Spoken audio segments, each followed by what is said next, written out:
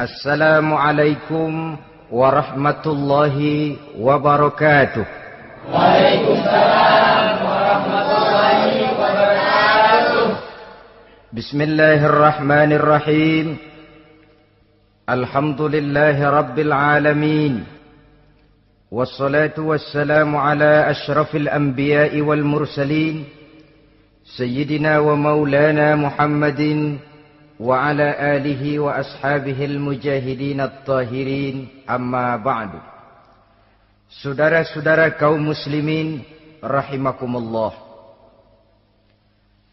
Pada pertemuan kali ini kita akan membicarakan riwayat Nabi Adam alaihi salam.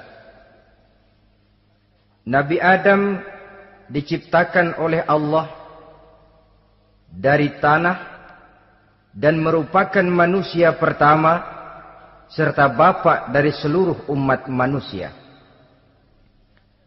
Pada saat Allah hendak menciptakan Nabi Adam, Allah berkata kepada malaikat, "Inni ja'ilun fil ardi khalifah." Aku akan menjadikan seorang khalifah di permukaan bumi. Malaikat dengan nada sedikit protes berkata, "Ataj'alu fiha may yufsidu fiha wa yasfiku ad-dima wa nahnu nusabbihu bihamdik wa nuqaddisu lak." Tuhan, apa perlunya engkau ciptakan seorang khalifah di permukaan bumi? Kelak kalau mereka berkembang biak, kerjanya hanya akan melakukan kerusakan, menumpahkan darah, saling bermusuhan satu sama lain. Sedangkan kami, kata malaikat, sudah cukup bertasbih memuji kebesaranmu. Allah kemudian menjawab, "Inni a'lamu ma la ta'lamun." Aku lebih tahu tentang apa yang kalian semua tidak mengetahuinya. Setelah diciptakan Nabi Adam daripada tanah, ditiupkan roh, maka Allah kemudian mengajarkan kepada Nabi Adam berbagai macam ilmu pengetahuan. Wa 'allama Adam al-asma'a kullaha.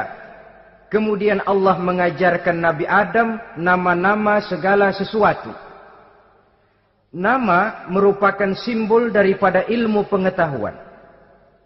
Nabi Adam akan dijadikan khalifah di permukaan bumi. Maka dibekali oleh Allah Subhanahu wa taala al-asma'a kullaha, nama-nama segala sesuatu. Yang dimaksud di sini ialah al-ulumal katsirah, ilmu pengetahuan yang banyak. Malaikat pada mulanya protes. Kami kan sudah cukup bertasbih Tuhan. Kami kan sudah cukup memujimu. Untuk apa lagi membuat manusia sebagai khalifah di permukaan bumi? Seolah-olah malaikat tidak setuju. Allah yang maha tahu rahasia segala sesuatu memberikan vonis, aku lebih tahu tentang apa yang kalian semua tidak tahu. Oleh karena Nabi Adam dipersiapkan untuk menjadi seorang khalifah di permukaan bumi, maka dibekali oleh Allah dengan ilmu pengetahuan. Begitu Nabi Adam dan begitu kita. Karena bukan cuma Nabi Adam, kita pun oleh Allah dijadikan sebagai khalifah-khalifah di permukaan bumi ini. Yang nilai kekhalifahan kita bergantung kepada kondisi kita masing-masing. Ada orang yang menjadi khalifah level internasional, menjadi pemimpin dunia Islam. Ada orang menjadi khalifah level nasional saja. Ada khalifah tingkat kota saja, ada khalifah tingkat kecamatan, ada khalifah tingkat RW, RT, sekurang-kurangnya khalifah untuk tingkat rumah tangga masing-masing. Nah, tanpa membekali diri dengan ilmu pengetahuan, jangan berharap kita akan bisa melaksanakan tugas sebagai khalifah di permukaan bumi ini. Apapun saja, Nabi mengajarkan man arada dunya fa'alaihi bil ilmi wa man arada al akhirata fa'alaihi bil ilmi wa man aradahuma fa'alaihi bil ilmi. Siapa yang menginginkan dunia harus dengan ilmu. Yang menginginkan akhirat juga harus dengan ilmu. Yang menginginkan dunia akhirat juga harus dengan ilmunya. Tanpa dasar ilmu, maka manusia tidak akan bisa menjalankan tugas kekhalifahan. Setelah diajarkan Adam nama segala sesuatu, dikonfrontir, dihadapkan dengan malaikat. Hei malaikat, kalau tadi kamu bilang buat apa perlunya menciptakan khalifah? Nih bentuknya. Adam. Sekarang hei malaikat, coba kamu sebutkan nama segala sesuatu ini yang ada di sini ini. Malaikat berkata, Subhanaka la ilma lana illa ma 'allamtana. Ya Allah, kami tidak punya ilmu, kami tidak tahu semua itu kecuali apa yang telah Engkau ajarkan kepada kami. Kalau kamu tidak sanggup, Adam, sebutkan nama-nama semua itu. Adam menyebutkannya dengan lancar. Ketika itulah Allah memerintahkan malaikat untuk sujud kepada Nabi Adam alaihi salam. Sujud di sini bukan sujudul ibadah, sebab sujud ibadah kepada yang selain Allah haram.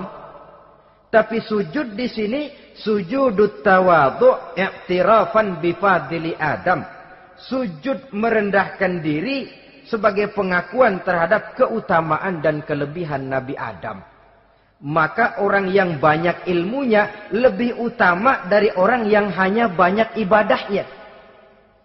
Bahkan iblis lebih takut kepada orang alim yang sedang tidur daripada orang goblok yang lagi ibadah.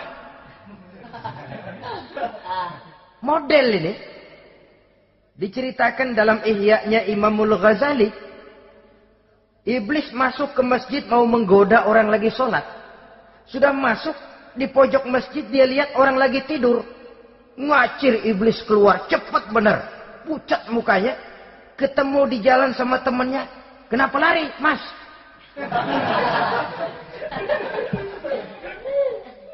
Kata temannya, saya mau goda orang sholat. Lalu tiba-tiba di pojok masjid saya lihat ada orang lagi tidur. Saya takut betul sama itu orang. Lari saya keluar. Loh, sama yang sembahyang sampean nggak takut, kok sama yang tidur takut bagaimana? Yang tidur itu orang alim. Yang lagi sembahyang itu orang goblok. Oh, godain orang goblok, saya colek juga dia lupa sembahyang. Tapi orang alim ini saya takut betul. Lah kalau diukur dengan malaikat waktu itu Nabi Adam, ibadahnya lebih banyak malaikat, jelas. Sudah bertasbih, sudah bertahmid malaikat. Nabi Adam baru diciptakan. Tapi kenapa Allah perintah malaikat sujud kepada Adam? I'tirafan bifadli Adam. Keutamaan Nabi Adam. Pantas untuk diserahi tugas sebagai khalifah mengatur kehidupan di muka bumi.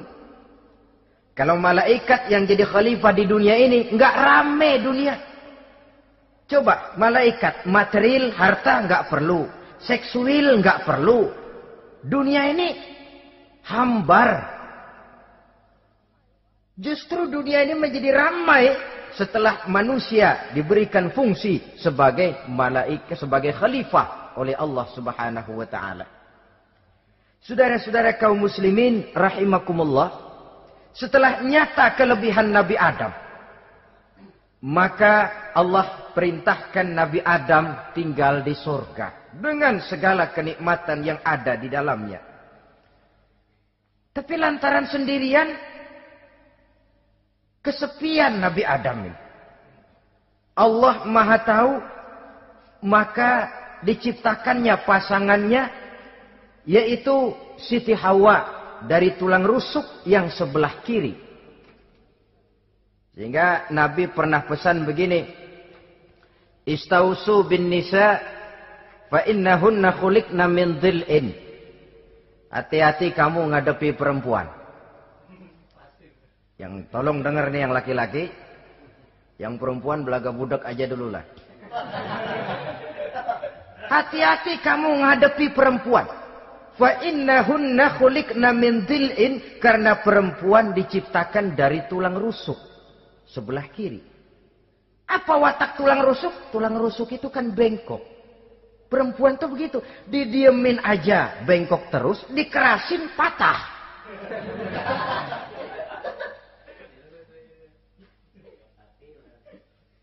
Saudara-saudara, di sini kita ambil satu hikmah bahwa ternyata yang bikin hidup terasa enak karena di sekitar kita banyak orang lain.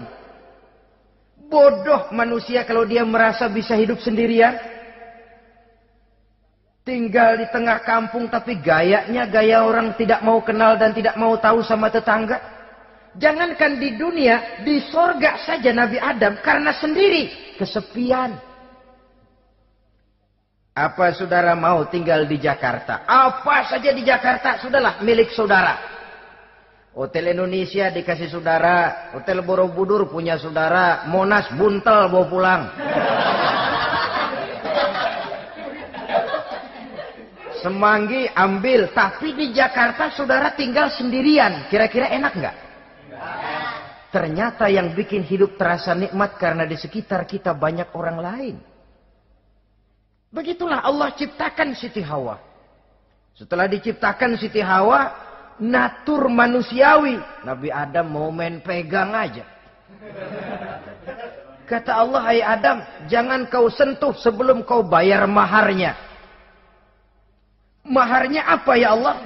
Maharnya an tusalliya ala Muhammadin sallallahu alaihi wasallam. Maharnya kau bersolawat kepada Nabi Muhammad. Manusianya belum lagi diciptakan tapi namanya sudah ada. Nurnya sudah ada. Bahkan dijadikan mas kawin antara Adam dengan Hawa. Karena itu dalam Islam sebenarnya urusan kawin itu bukan yang sulit. Maka jangan dipersulit.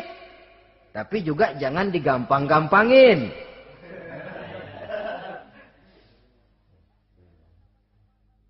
Artinya yang namanya mahar ini, walaupun cuma sebentuk cincin besi kalau orang sangat tidak mampu. Bahkan dengan mengajarkan Fatihah saja sah sudah. Saya terima nikahnya Fulanah binti Fulan, dengan mas kawinnya saya ajarkan dia surah Fatihah. Kalau memang kere betul, tidak punya apapun, sah sudah itu. Agama ini mudah, karena itu jangan dipersulit, tapi juga jangan digampang-gampangin. Setelah itu Allah memerintahkan, Ya Adam uskun anta wa zawjukal jannah. Hai Adam, kau dan istrimu tinggallah dalam surga. Wa kula minha ragadan haitsu syi'tuma. Segala makanan yang ada di dalamnya boleh kau makan. Pakaian yang aneka warna boleh kau pakai. Nikmati seluruh fasilitas yang ada di surga ini. Cuma atu aja Adam. Yang lain boleh dah. Mau ngapa pakai atu aja jangan. La taqraba hadhihi syajarah. Jangan kamu dekati pohon khuldi itu. Dekat saja jangan. Apalagi sampai metik. Jangan Adam. Saudara, ma'asyiral muslimin, itulah watak manusia. Kalau ada 10 persoalan, yang 9 boleh, yang 1 tidak boleh, yang tidak boleh yang bikin dia penasaran. Gua pengen tahu ngapa kagak boleh sih. Timbul penasaran. Apalagi iblis selalu berusaha. Sebab pada waktu malaikat disuruh sujud, semuanya sujud kepada Adam. Iblis tidak mau sujud. Tuhan tegur. Iblis, kenapa kamu tidak mau sujud? Mana mungkin Tuhan. Saya akan dibikin dari api, kata iblis. Adam dari tanah. Unsur api lebih mulia dari unsur tanah. Masa saya harus tunduk kepada Nabi Adam? Gengsi dong. Adam kan anak kemarin sore, baru dibikin. Masa saya harus tunduk kepada orang yang macam itu? Ini kan perintah aku, iblis.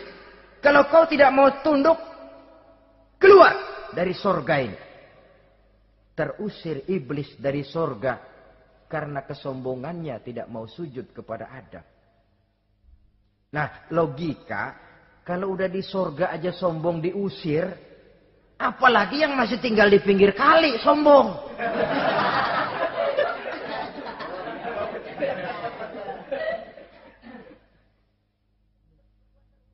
Tapi sejak peristiwa terusirnya itu, iblis bikin proklamasi. Apa proklamasi iblis? Rabbi fanzirni ila yaumi yub'asun. Ya Allah, gara-gara Adam saya diusir dari surga. Saya minta kepadamu ya Allah, beri saya kesempatan sampai hari manusia dibangkitkan. Kata Tuhan, innaka minal munzarin. Oke, silakan. Mau apa iblis? Rabbi bima aghwaytani la uzayyinanna lahum fil ardi wa la ughwiyannahum ajma'in. Ya Tuhan, disebabkan engkau telah menyesatkan aku, akan aku hiasi mereka manusia dengan kejahatan yang ada di muka bumi ini, dan aku akan sesatkan mereka semua. Ini proklamasi iblis. Gara-gara Adam saya terusir dari surga, maka sejak saat ini Adam dan seluruh keturunannya musuh bebuyutan saya. Akan saya lakukan segala macam cara untuk menggelincirkan manusia agar mereka menjadi orang yang engkau murkai ya Allah. Kemudian Allah memberikan jawaban.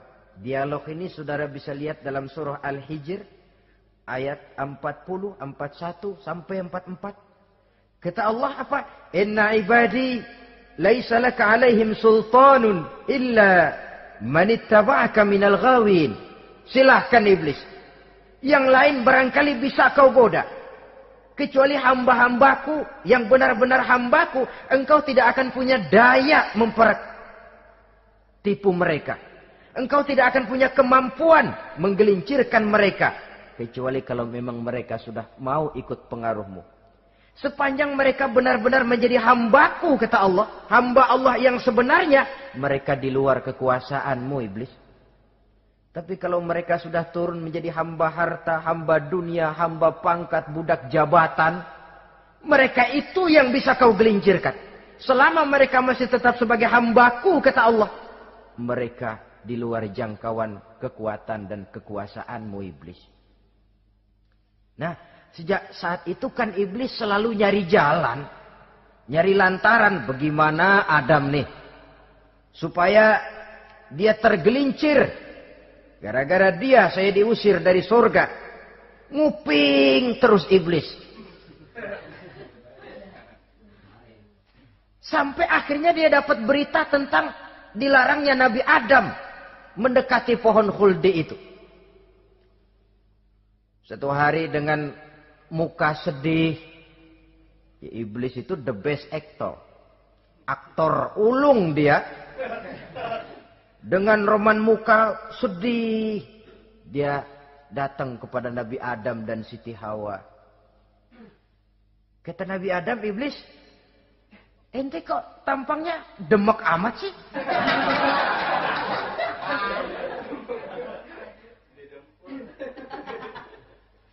Kenapa begitu sedih? Adam, saya sebenarnya tidak ada yang bikin saya sedih. Cuma saya dapat berita bahwa engkau tidak akan selamanya di dalam surga ini. Wah Adam, kalau engkau bisa tetap tinggal di surga bersama istrimu, alangkah bahagianya saya, kata iblis. Tapi saya dapat kabar, ente nggak bakalan lama-lama di surga. Buktinya ente dilarang makan buah khuldi. Khuldun artinya kekal. Kalau kau makan buah itu, kau akan kekal di surga Adam. Tuhan nggak pengen, makanya dilarang. Wa qasamahuma inni lakuma laminan nasihin. Untuk memperkuat omongannya, sumpah si iblis. Bener Dam, saya sih ngomong cuma buat kepentingan ente. Saya sayang sama ente. Yang tahu cuma saya dah. Bicaranya seolah-olah untuk kepentingan Nabi Adam. Sebenarnya tujuannya tidak lebih menjerumuskan Nabi Adam. Begitu iblis zaman dulu, zaman Adam. Dan begitu iblis zaman sekarang. Seolah-olah bicaranya untuk kepentingan umat Islam. Tapi sebenarnya tujuannya ngelecehin. Memperdayakan umat Islam. Dia bilang kepada Adam, saya sih cuma ngasih saran Adam, kalau ente pengen selamanya di surga, petik aja tuh buah. Pokoknya beres dah. Itu si Tuhan ngelarang bohongin doang lo. Supaya kau dan istrimu tidak lama-lama di surga, maka dilarangnya kau memakan buah khuldi itu. Udah, embat aja. Saudara-saudara, tipu daya iblis ini bisa kita baca dalam surah Al-A'raf ayat 20 sampai ayat 22. Nabi Adam tergoda, ditambah oleh bujuk rayu Siti Hawa. Nabi Adam yang setengah hati itu akhirnya terpancing betul. Sebab itu perempuan, walaupun peranannya tidak begitu kelihatan, tapi memang sangat menentukan. Tidak ada seorang suami bisa sukses jadi apapun dia tanpa peran serta istrinya. Karena itu sebagai muslim, kita punya teman hidup dan kita punya lawan hidup. Siapa teman hidup kita? Dalam arti sempit, teman hidup kita istri. Kalau dia istri tentu suami yang taat kepada Allah dan Rasulnya. Dalam arti luas, teman hidup kita ialah setiap muslim. Setiap orang yang pandangan hidupnya sama dengan kita. Itu teman hidup. Lalu lawan hidup kita siapa? Lawan hidup kita secara mutlak iblis dalam segala bentuknya. Iblis yang berbentuk halus, ini ngusirnya ada lebih gampang. Konon ya, iblis setan itu kalau dengar orang azan kan lari. Takut dia. Dibacakan bismillah, minggir. Yang sulit diusir ini iblis yang berbentuk manusia. Diazanin nyengir.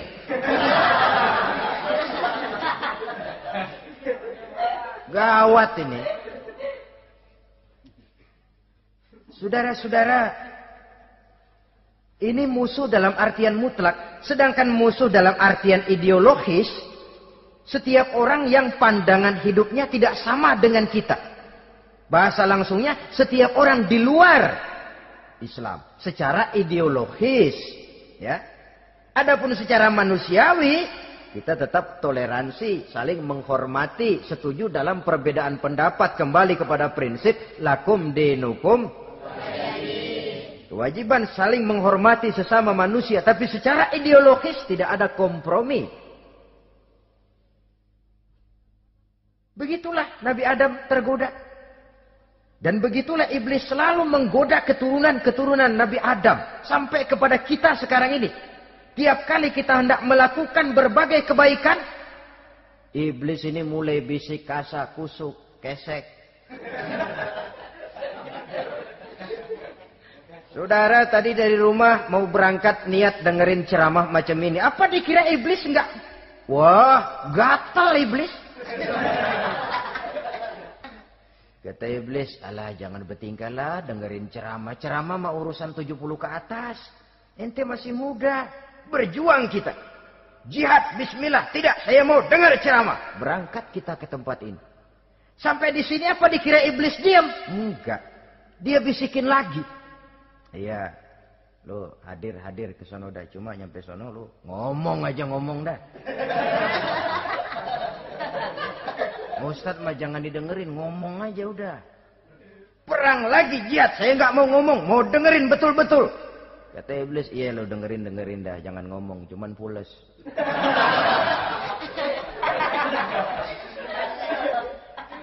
Segala macam cara dilakukan oleh iblis untuk menggelincirkan manusia. Ketika Nabi Adam mengambil buah khuldi itu, datanglah murka Allah. Adam, seolah-olah kalau bahasa kita, kelewatan kamu Adam. Dari belum ada, aku ciptakan kau. Barangkali kau merasa kesepian, aku ciptakan Hawa. Aku tinggikan derajatmu dari malaikat sampai malaikat sujud kepadamu. Aku perintahkan kau tinggal di surga dengan seluruh fasilitas yang ada di dalamnya. Cuma satu yang aku minta, jangan dekati pohon khuldi, engkau tidak sanggup Adam. Keluar dari surga ini. Terusir Nabi Adam dan Siti Hawa dari surga. Turun ke dunia ini. Turun terpisah lagi. Ya Allah. Orang itu kalau biasa susah, ketemu susah sih menglalap namanya. Makanannya. Tapi biasa seneng ketemu susah. Ini yang kalau tidak kuat mental. Tengoklah zaman sekarang kan nih.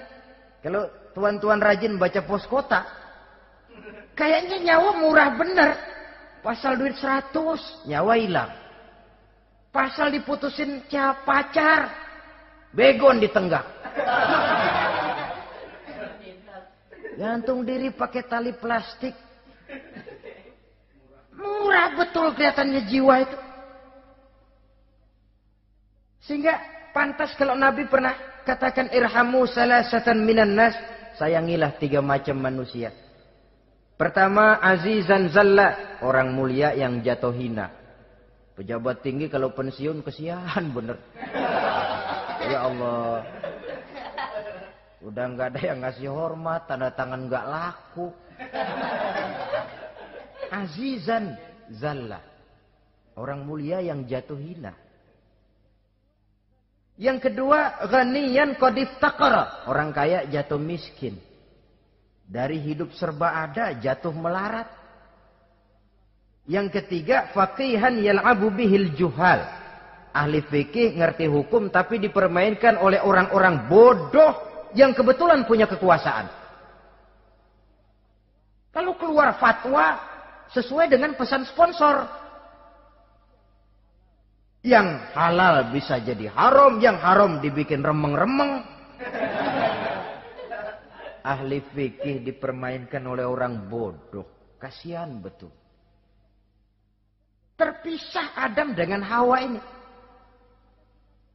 Adapun Nabi Adam turun menyesal dengan seluruh kesalahannya. Sujud, taubat, menangis. Menurut riwayat 300 tahun beliau sujud. Seraya membaca Rabbana zalamna anfusana wa illam taghfir lana wa tarhamna lanakunanna minal khasirin. Ini doanya Nabi Adam. Ya Allah, kami telah zalim kepada diri kami sendiri. Andai kata engkau tidak kasihan, tidak memberikan ampun kepada dosa yang kami lakukan, sungguh kami termasuk ke dalam golongan orang-orang yang rugi. Ini yang dibaca Nabi Adam dalam taubatnya. Di akhir taubatnya, Nabi Adam munajat kepada Allah. Ya Allah, dengan kebesaran Muhammad, ampunilah dosa saya. Allah tegur, kaifa araftahu ya Adam walam akhluqhu. Dari mana kau bisa tahu nama Muhammad Adam padahal aku ciptakan saja belum manusianya. Kata Nabi Adam, pertama, ketika engkau ciptakan saya, engkau tiupkan ruh ke dalam jasad saya, terbuka mata saya memandang ke bawah arasmu. Di sana nampak dengan jelas tertulis di kaki arasmu, La ilaha illallah Muhammadur Rasulullah. Taulah saya bahwa Muhammad ini orang yang paling dekat dengan engkau ya Allah. Sampai namanya bergandengan dengan namamu di kaki arasmu. Yang kedua, ketika saya hendak menyentuh Hawa, kau juga yang mengatakan jangan kau bayar maharnya sebelum kau bersolawat kepada beliau. Saudara hadirin yang saya hormati, Nabi Adam diterima taubatnya oleh Allah. Kemudian dipertemukan kembali dengan Siti Hawa setelah sekian lama berpisah. Pertemuan itu terjadi di satu dataran luas, di satu padang yang luas, yang sampai sekarang dinamakan dengan Padang Arafat. Tempat para ibadah haji melakukan wukuf, yaitu puncak pelaksanaan ibadah haji. Dan pertemuan itu sendiri terjadi di atas sebuah bukit kecil yang diabadikan dengan nama Jabal Rahmah di kawasan Arafat itu. Di atas Jabal Rahmah itu ada satu monumen kecil untuk mengabadikan pertemuan Nabi Adam dengan Siti Hawa. Lalu tinggallah keduanya di permukaan bumi ini. Oleh Allah diberikan karunia keturunan yang banyak. Dan tiap kali lahir kembar. Kembarnya laki perempuan, laki perempuan, laki perempuan. Dari sinilah berkembang biak manusia. Di mana di zaman Nabi Adam perkawinannya silang. Karena tentu tidak ada manusia lain. Perkawinan silang itu artinya, kalau si A dan B, A ini laki, B perempuan, kemudian lahir kembar kedua antara C dengan D, maka begitulah yang A dikawinkan dengan D, yang C dikawinkan dengan B. Perkawinan silang. Tidak boleh perkawinan yang kembar sama waktu dilahirkan. Nah, di antara putra-putra Nabi Adam yang kemudian juga membuat sejarah, yaitu Habil dan Qabil. Habil, saudara kembarnya namanya Labuda, perempuan. Qabil, saudara perempuannya Iklimah. Menurut hukum perkawinan waktu itu harus silang. Habil harus kawin dengan Iklimah dan Qabil harus kawin dengan Labuda. Tapi Qabil protes. Dia kepengen kawin dengan saudara kembarnya sendiri. Dalam arti yang sama-sama dilahirkan dengan dia, yaitu Iklimah. Kenapa? Karena kebetulan rupa Iklimah ini lebih cantik daripada Labuda. Protes kepada ayahandanya Nabi Adam. Apa? Saya tidak terima, saya harus kawin dengan Iklimah. Tidak, Qabil, kamu harus kawin dengan Labuda. Enggak mau. Kenapa dengan Labuda? Kurang kece.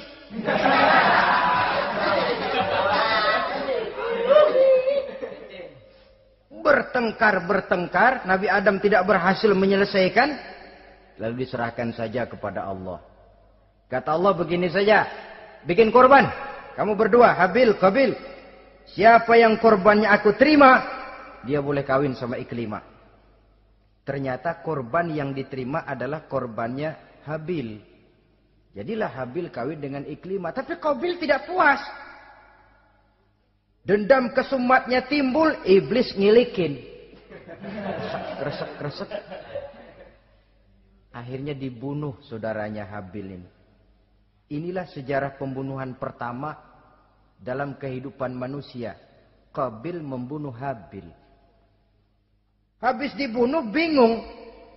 Bagaimana naroknya ini mayat? Allah lalu memberikan petunjuk. Dalam Al-Maidah ayat 31 itu dijelaskan. Ada burung gagak berantem sama burung. Yang satu mati. Nah, oleh yang masih hidup, tanah ini dicakar-cakar sama kakinya dan sama paruhnya. Sehingga berbentuk lubang, bangkai saudaranya itu dimasukin ke lubang itu, lalu diuruk lagi pakai tanah. Oleh cakar kakinya dan paruhnya itu. Sehingga Qabil, cara ini bisa.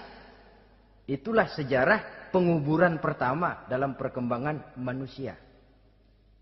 Oleh karena itu, Nabi memberikan penjelasan, man sanna sunnatan hasanatan falahu ajruha wa ajru man amila biha wa fi riwayatin wa ajru man tabi'aha. Siapa orang yang melakukan satu kebajikan, dia akan mendapat pahala dan pahala dari orang-orang yang mengikuti kebaikannya. Misalnya saudara membentuk pengajian. Ramai pengajian saudara. 1000 orang yang datang ngaji, 1000 orang saudara dapat pahala. Sponsor kebaikan. Sebaliknya, wa man sanna sunnatan sayyi'atan falahu ismuha wa ismu man amila biha, ay wa ismu man tabi'aha. Siapa yang memulai suatu kejahatan, dia akan mendapat dosa dan dosa dari orang-orang yang melakukan atau mengikuti kejahatannya. Umpamanya saudara mengadakan pesta. Lalu dalam pesta itu terjadi segala macam maksiat. Maka seluruh maksiat yang terjadi malam itu di tempat itu, saudara ikut dapat dosanya. Kenapa? Sponsor. Tiap kali ada pembunuhan, Qabil dapat andil dosa. Kenapa? Sponsor. Tapi kalau 2 orang muslim, ini masalahnya Habil nggak ngelawan kan, dibunuh. Tapi kalau 2 orang muslim berkelahi, kata Nabi apa? Apabila 2 orang muslim saling berbunuh-bunuhan, maka al-qatil wal maqtul finnar. Baik yang membunuh ataupun yang dibunuh, dua-duanya neraka. Sahabat heran, ya Rasul, kalau yang ngebunuh masuk neraka pantas, tapi ini yang dibunuh kenapa neraka juga? Soalnya sama-sama niat, cuman keduluan aja. Itu kan masalahnya. Andai kata dia nggak terbunuh, dia yang akan membunuh. Niat itu sudah ada. Nah kalau Habil ini dia tidak punya niat membunuh, dia memang dibunuh oleh Qabil. Saudara-saudara kaum muslimin rahimakumullah. Lalu dari situlah berkembang biak keturunan Nabi Adam alaihi salam. Sehingga dengan demikian bisa kita katakan sebagai satu konklusi. Pertama, bahwa manusia adalah makhluk Allah yang menempati kedudukan tertinggi. Dan berasal dari Nabi Adam sebagai manusia pertama. Dengan malaikat sekalipun, manusia sebenarnya lebih tinggi. Kapan? Kalau dia tetap benar-benar sebagai hamba Allah. Yang membekali diri dengan ilmu pengetahuan. Laqad khalaqnal insana fi ahsani taqwim. Kami ciptakan manusia dalam bentuk yang paling baik. Dan ketinggian manusia itu tidak ditentukan oleh bahan-bahan dari mana manusia diciptakan. Tapi ditentukan oleh adanya roh yang ditiupkan ke dalam jasadnya. Dan kemampuan yang ditimbulkan oleh nilai-nilai rohaniah tadi. Kalau secara biologis kita ini semua bahannya sama. Dari saripati maak tanah yang menghasilkan buah yang dimakan oleh mak bapak kita. Membentuk hormon, menghasilkan sperma. Terjadi kerjasama yang baik antara ibu dan bapak. Sehingga kemudian melahirkan kita ke alam dunia ini. Secara biologis bahan kita sama. Dan tidak itu yang menentukan ketinggian manusia. Walaupun keturunan juga mempengaruhi. Sebab sekarang ada istilah ramai orang bicara bayi tabung. Dan majelis ulama sudah memberikan fatwa kalau spermanya itu berasal dari sang bapak. Tidak jadi masalah. Tapi kalau dari orang lain haram. Yang lebih celaka lagi di negara maju.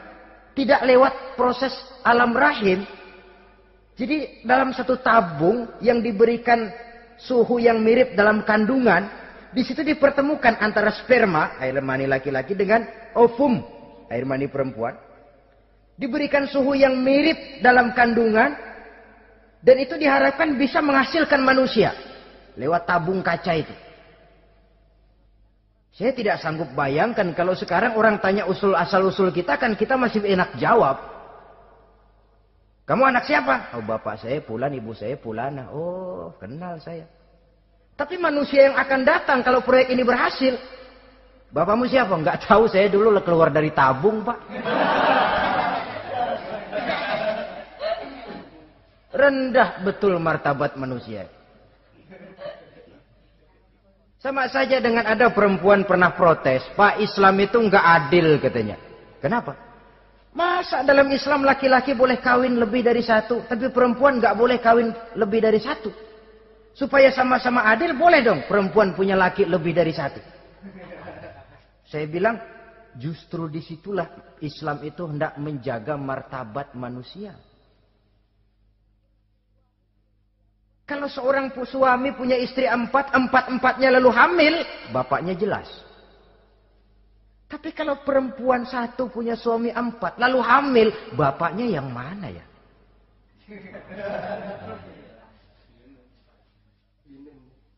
Rendah martabat manusia.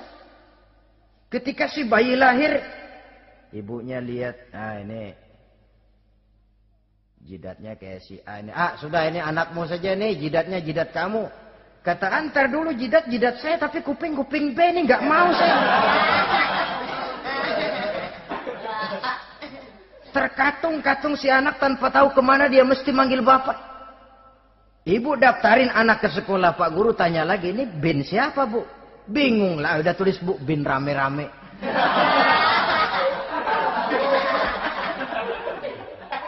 Kan rusak martabat manusia kalau sudah begitu.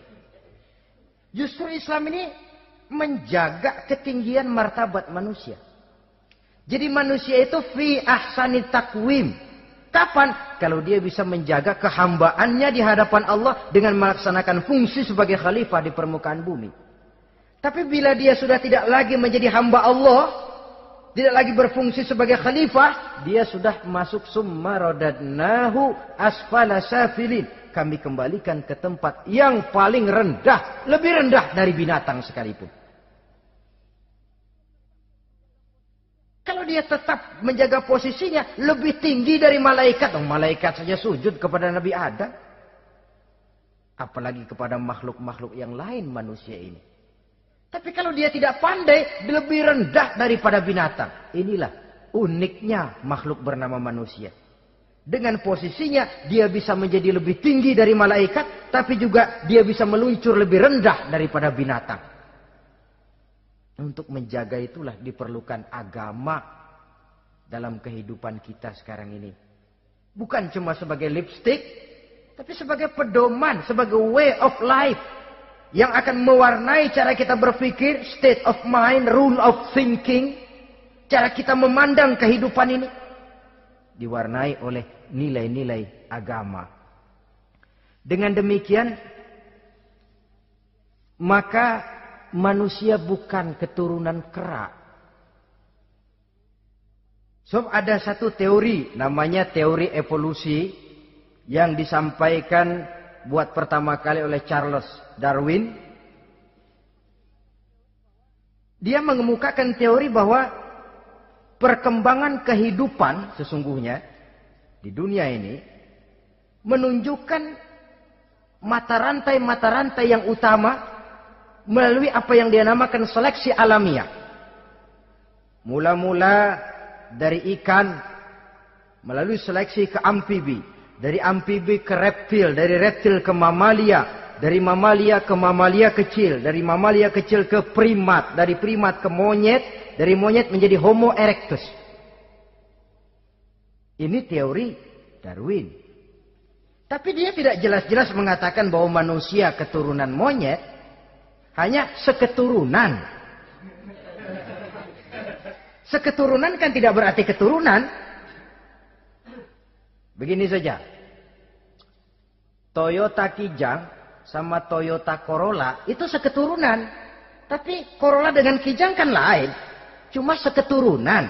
Dalam arti sumbernya sama. Makhluk yang tidak tahan seleksi alam oleh udara yang sangat dingin, perkembangan cuaca yang sangat panas, gempa bumi dan sebagainya, seleksi alam dia namakan, hilang, musnah dari peredaran. Seperti ada binatang raksasa itu dinosaurus, sekarang kan cuma tinggal dongeng saja, tinggal nama atau kerangka. Itu oleh seleksi alam dia nggak lulus, hilang. Yang bertahan, yang lulus seleksi alam. Manusia walaupun kecil yang lulus seleksi alam ini. Biar dihantam gempa bumi, angin topan, tetap aja ngejedok. Nah, teori Darwin ini, teori evolusi ini didukung dan dibuktikan oleh peninggalan fosil atau binatang dan tumbuhan yang hidup dan mati selama perkembangannya. Dari bentuk organik pertama hingga pendahulu terdekat daripada manusia. Tapi ada satu kelemahan dari pokok daripada teori evolusi ini. Pertama, garis perkembangan dari Homo erectus, yakni manusia jalan tegak, semacam gorilawi itu, sampai kepada manusia mutaakhir masih belum menentu. Artinya, okelah, kalau manusia seketurunan dengan kera, batas antara manusia yang wujud sekarang dengan manusia purba itu apa? Yang menjadi penghubung. Monyet tidak mungkin. Ini dianggap mata rantai yang hilang. Missing link namanya dalam istilah ilmiahnya. Dan ini masih dicari sampai sekarang. Kalau pendahulu terdekat manusia mutaakhir ini manusia purba. Katakan Homo erectus. Manusia jalan tegak. Lalu generasi sudah itu sebelum berbentuk manusia apa? Ternyata sampai sekarang masih ada missing link. Mata rantai yang hilang. Lalu yang kedua, teori evolusi berhenti kepada manusia mutaakhir. Kalau memang kita manusia sekarang ini hasil evolusi, tentu kita akan terus berevolusi lagi. Dan akan jadi apa kita nanti?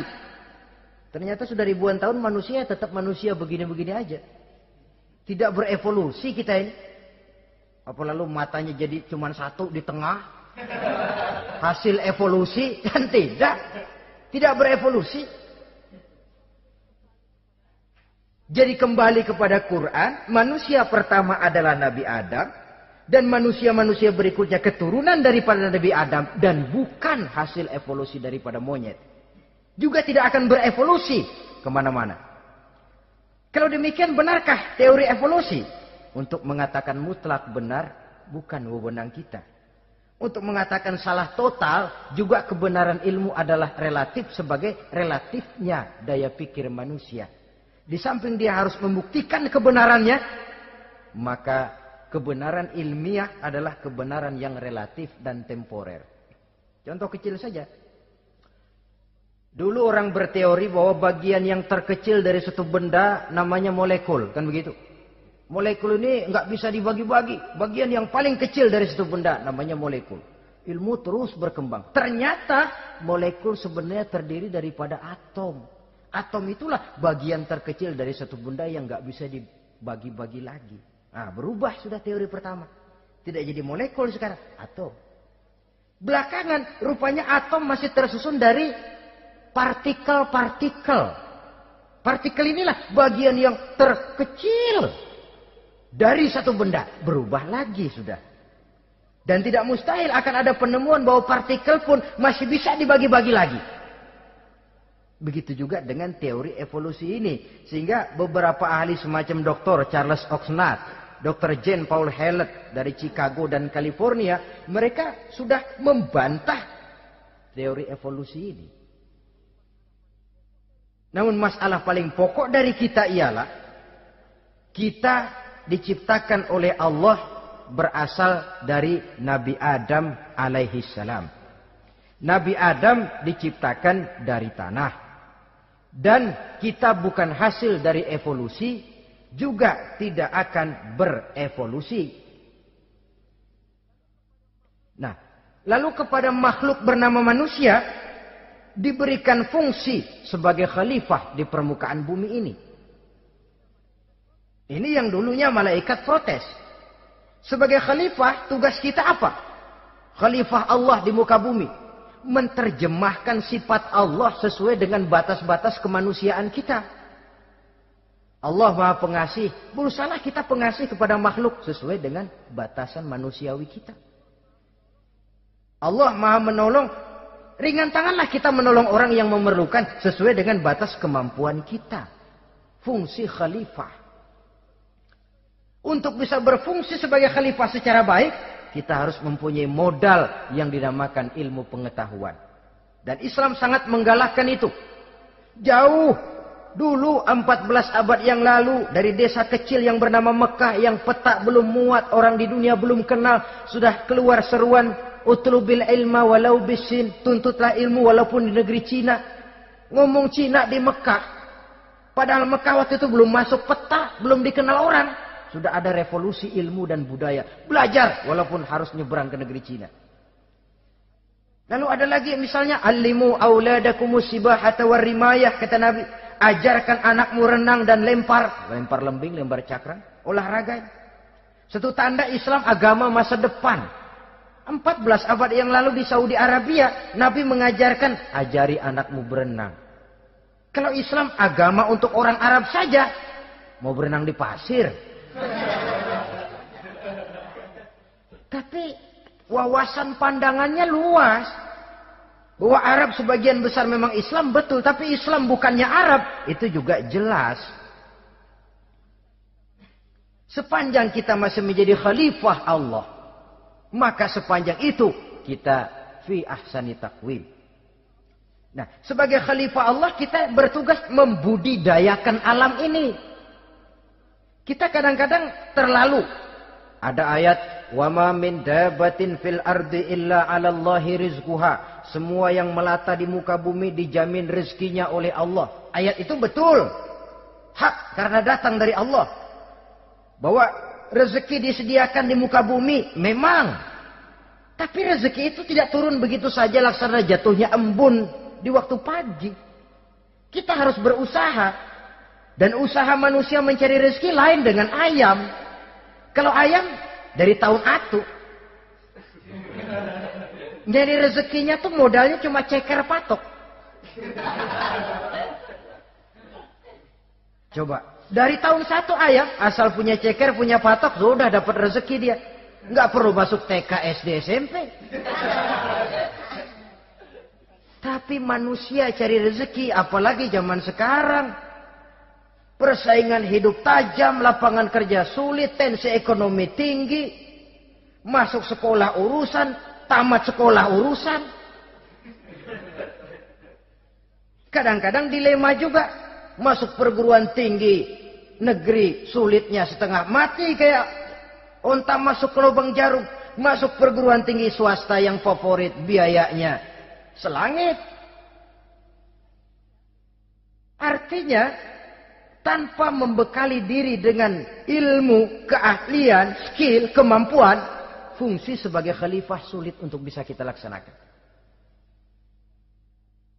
Saudara-saudara kaum muslimin yang berbahagia. Kalau fungsi khalifah ini mampu kita laksanakan, iblis putus asa sudah. Sebagai khalifah, di satu pihak kita menyembah hanya kepada Allah, di lain pihak kita membudidayakan alam ini. Ada apa sih di perut bumi? Minyak, gas, timah, emas. Ada apa sih di lautan? Pelajari lewat oceanografi, membudidayakan alam. Air sungai supaya arusnya nggak mengalir mubazir. Ada manfaatnya, bisa menimbulkan energi yang menghasilkan tenaga listrik. Bisa mengairi persawahan, irigasi.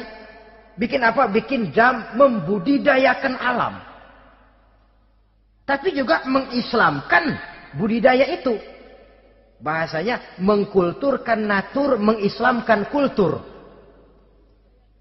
Membudidayakan alam dan mengislamkan budi dan budaya manusia ini. Sehingga apapun yang kita kelola dari alam ini nantinya akan untuk menunjang tugas sebagai khalifah, sujud kepada Qadhi Rabbul Jalil. Saudara-saudara, maka bersyukur kita.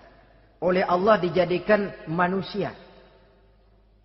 Tidak pesan, terima beres, cantik. Dari segi biologis maupun psikologis, tidak ada makhluk secantik manusia. Dibekali dengan agama, di samping akal. Sehingga agama membimbing akal agar sampai kepada kebenaran yang hakiki. Kita sebagai keturunan Nabi Adam memegang fungsi khalifah. Jadi jangan main-main loh. Kita ini turunan Nabi, betul ini.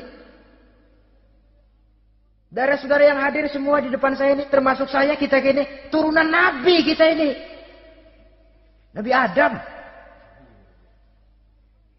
Jangan main-main loh. Turunan Nabi gini-gini. Nabi Adam.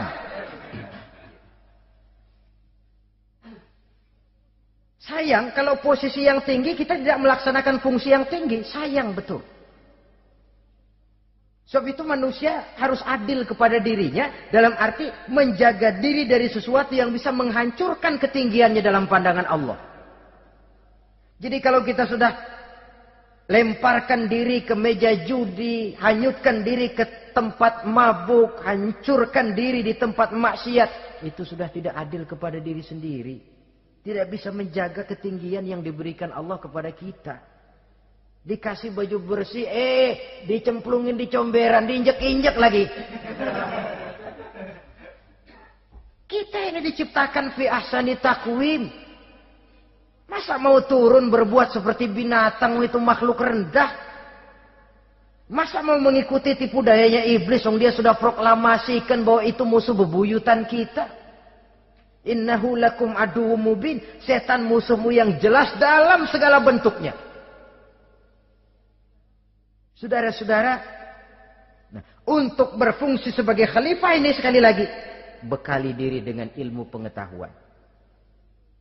Dan ilmu itu di zaman kita sekarang tentu kalau Nabi Adam diajari langsung oleh Allah wa 'allama Adam al-asma'a kullaha. Lah kalau kita mau nunggu Tuhan ngajarin, geblek terus. Ya tidak mustahil Allah memberikan ilmu yang disebut ilmu laduni ya. Transfer. Langsung Allah memberikan kepada seorang hamba, membukakan pintu hatinya. Tapi bukan potongan kayak kita yang dapat ilmu laduni macam begitu.